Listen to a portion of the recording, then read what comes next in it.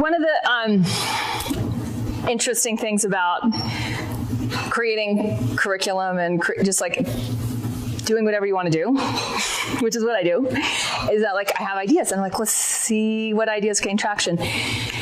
And one of the things we wanted to know last year or a year and a half ago, as we created the free opt-in on the site about it was a life upgrade kit. And the kit is just a series of videos and handouts. And in there, we talk about body upgrade, and we talk about relationship upgrade, and we talk about just lifestyle upgrade. We talk about upgrading on all these levels. Wealth upgrade, like fitness upgrade. And we send a survey out, say like, people that opted in, like, wait, why are you here? And in there, we also put something on like awake living. And we started noticing like there's a lot of people that are resonating with that term. And when I was trying to figure out anyone who's dealt with like websites and tag names and like, what is it exactly that I do? And with my with one of my coaches last year, I was like, I don't really, like, I'm just not standard Ayurveda. Like to have that on the website is really just not that helpful because it's not actually the experience of working with me. And we really centered in on those words, awake living, which then caused me to ask, like, what is that? Like, and like, what is happening? Like, what is it? Because people will come up to me and be like, I want your lifestyle. Like, how are you doing this?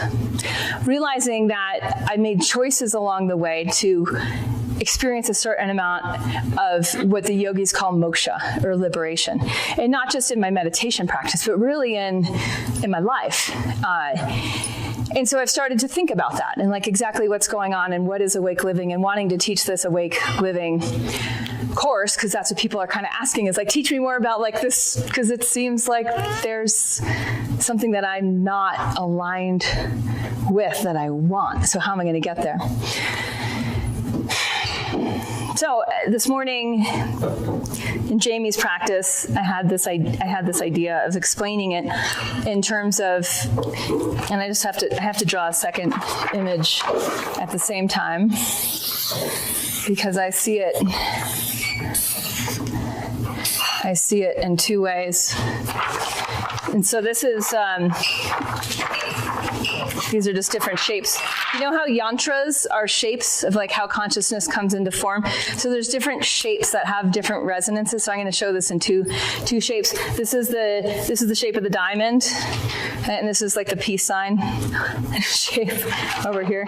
So we're going to look at both of these. And so if we look into the yogic scriptures with this, we find the 4 aims of life, right? Where we have I'm just going to write them this way.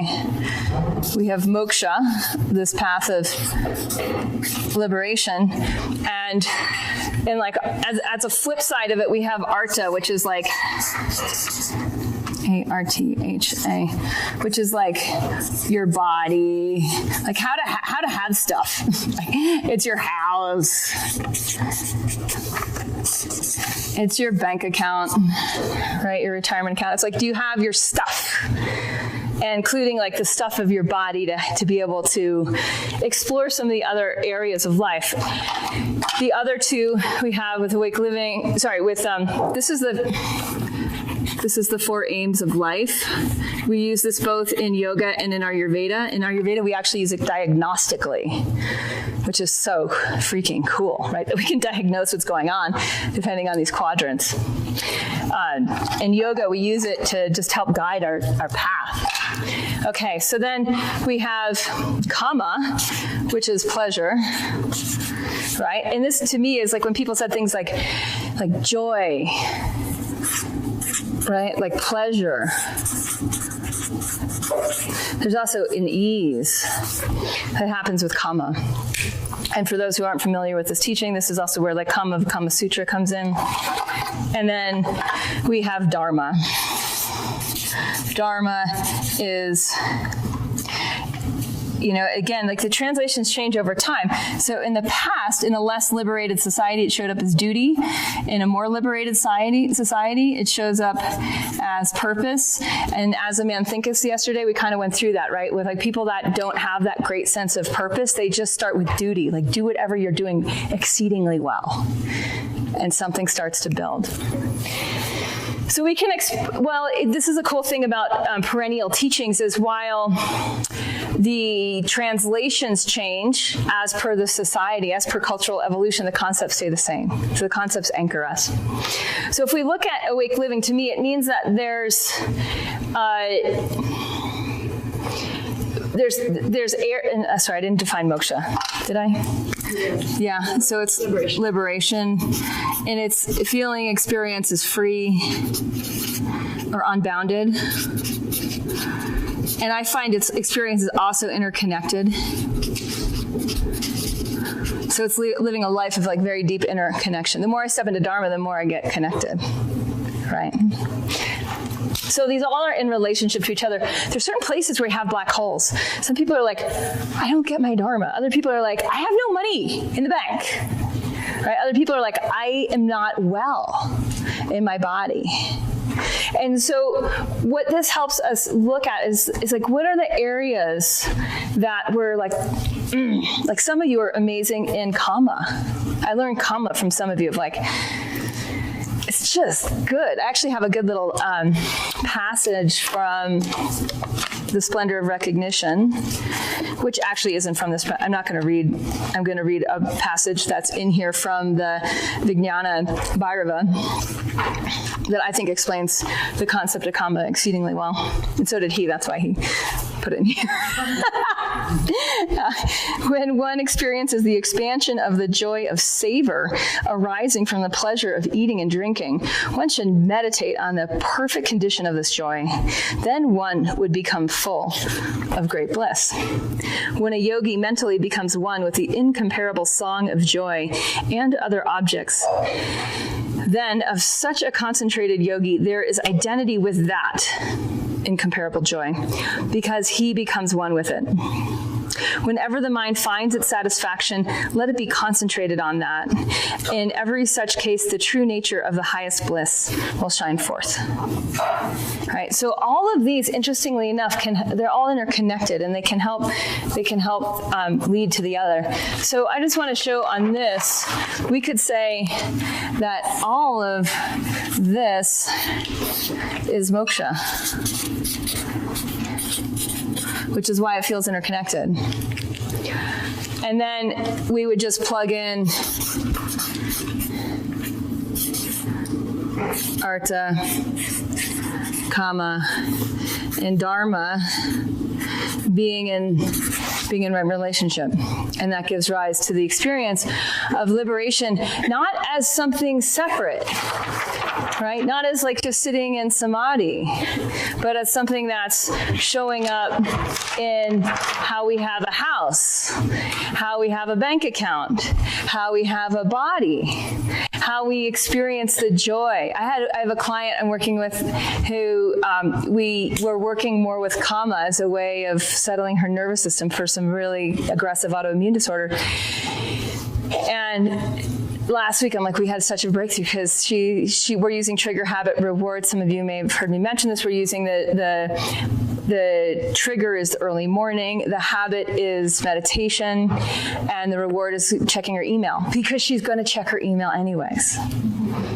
All right, she has this urgency to get to her email, so we're just translating that urgency into the urgency to get to the cushion. So she has 4 children.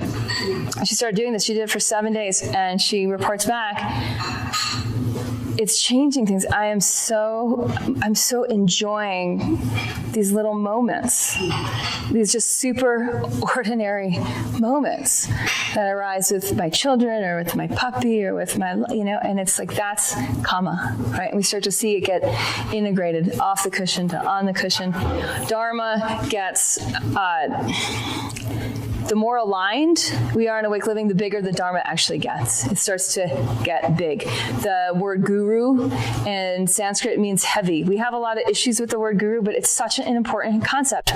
When you start to build guru energy in yourself, you help others. You can help lead and guide. So don't be afraid of that word. Like, that's a necessity to this whole thing expanding, which we know the universe is expanding, and it's what we want to do. We know when we sit in meditation, time and space expand, like we have a tangible experience of this, or maybe we've just had a flash tangible experience of this. Maybe we have it moment by moment. Sometimes we have it daily.